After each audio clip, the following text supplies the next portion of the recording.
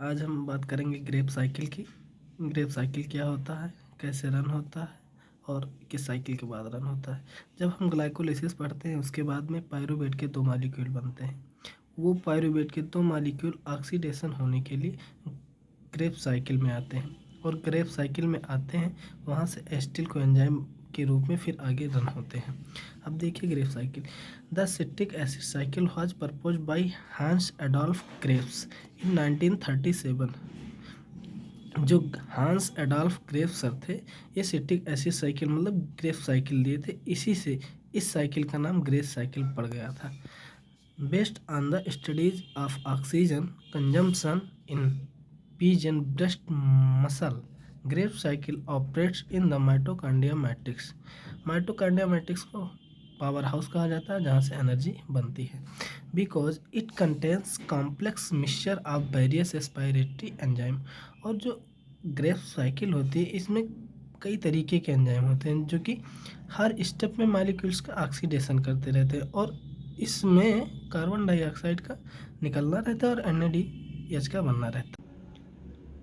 अब देखिए हम आपको सिट्रिक एसिड साइकिल बहुत सिंपल वे में बनाते हैं। यहाँ पे पायरुविक एसिड होता है, इसका वो डिकार्बोक्सिलेशन होता है पायरुवेट डिहाइड्रोजिनेज एंजाइम की उपस्थिति में, जो कि एस्टिल कोएंजाइम ये बदल जाते हैं। पायरुविक एसिड 3 कार्बन मॉलिक्यूल होता है और एस्टिल कोएंजाइम में 2 कार्बन मॉलिक्यूल होता है। अब यहाँ पे ऑक्जेलो एसीटेट पहले से रहता है माइटोकॉन्ड्रिया में, जो कि एस्टिल कोएंजाइम को कॉन्जुगेट करके सिंथेज की उपस्थिति में सिट्रेट बनाता है और फिर सिट्रेट अल्टरनेट एकोनिटेज एंजाइम की उपस्थिति में सिस एकोनिटेट में कन्वर्ट हो जाता है। अब सिस एकोनिटेट फिर आइसोसिट्रेट में कन्वर्ट हो जाता है और आइसोसिट्रेट फिर ऑक्जेलो सक्सिनेट ऐसे होते रहते हैं। फिर इसके बाद में ऑक्जेलो सक्सिनेट जो है ये अल्फ़ा कीटो ग्लूट्रेट में कन्वर्ट हो जाता है। अब ये देखिए ऑक्जेलो सक्सिनेट से और अल्फ़ा कीटो ग्लूट्रेट में आने तक एक CO2 मॉलिक्यूल निकला और यहाँ आइसोसिटेट से ऑक्जेलो सक्सिनेट तक आने में एक NADH बना। ठीक है, अब देखिए अब ये जो अल्फ़ा कीटो ग्लूट्रेट है ये कन्वर्ट होगा सक्सिनिल कोएंजाइम ये में। अब यहाँ पर भी एक NADH का वो मतलब हमें मिलता है और एक CO2 मॉलिक्यूल निकलता है।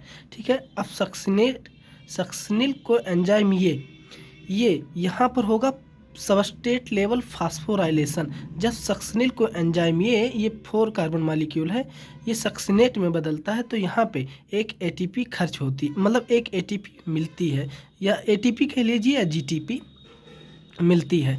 इसी को कहते हैं सबस्ट्रेट लेवल फास्फोराइलेशन। अब देखिए सक्सिनेट जो है ये 4 कार्बन का मॉलिक्यूल है। अब ये फ्यूमरेट में बदलता है और जब ये फ्यूमरेट में बदलेगा तो FAD का यूज करके FADH2 बनाता है और FADH2 भी एक एनर्जी मॉलिक्यूल है। ठीक है, और यह होता है सक्सिनेट जो फ्यूमरेट में बदलता है या सक्सिनेट डिहाइड्रोजिनेज एंजाइम की उपस्थिति में होता है। अब देखिए फ्यूमरेट जो है फ्यूमरेट फिर बदलेगा मैलेट में, जो कि फिर 4 कार्बन का मॉलिक्यूल है और फ्यूमरेट मैलेट में बदलता है फ्यूमरेज की उपस्थिति में, एंजाइम की उपस्थिति में। यहाँ पे एक H2O मॉलिक्यूल लगता है। अब मैलेट के बाद में बदलेगा ऑक्जेलो एसीटेट। अब ऑक्जेलो एसीटेट में जब बदलेगा फिर यहाँ पे एक NADH मॉलिक्यूल का निर्माण होगा। ऐसे करके पूरे सिट्रिक एसिड साइकिल में मतलब ग्रेप साइकिल में हमें कुल मिलाकर, जैसे कि यहाँ पे देखते हैं हम, एक NADH यहाँ पे मिला और एक NADH हमें यहाँ पे मिला, फिर एक NADH हमें यहाँ पर मिला, मतलब 3 NADH हो गए और एक FADH और एक JTP। मतलब एक साइकिल को मतलब 3 मॉलिक्यूल को रन करवाने में हमें 3 NADH, एक FADH और एक GTP मॉलिक्यूल मिलता है। ऐसे पूरा हमारा जो सिट्रिक एसिड साइकिल है कंप्लीट हो जाता है और फिर आगे यह जो NADH बनता है एनर्जी के रूप में ETS साइकिल में ट्रांसफ़र हो जाता है। हाय गाइज, अगले नेक्स्ट एपिसोड में मिलेंगे हम ETS साइकिल के साथ।